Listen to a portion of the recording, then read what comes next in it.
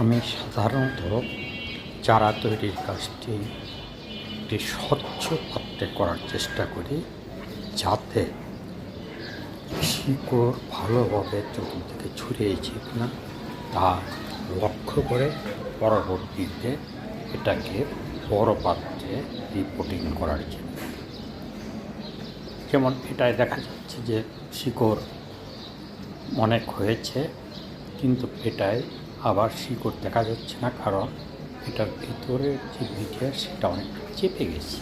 চেপে যাওয়ার কারণেই হচ্ছে চতুর্দিকে শিকড় ছড়িয়ে গেছে এবং মিডিয়াকে চেপে ধরেছে। এটা একটু আমরা বের করেও দেখব যে শিকড় ছড়িয়েছে কিনা। দেখা যাচ্ছে যে শিকড় চতুর্দিকে ছড়িয়েছে। এগুলোকে আমরা এখন বড় পাত্রে রিপোর্ট করব।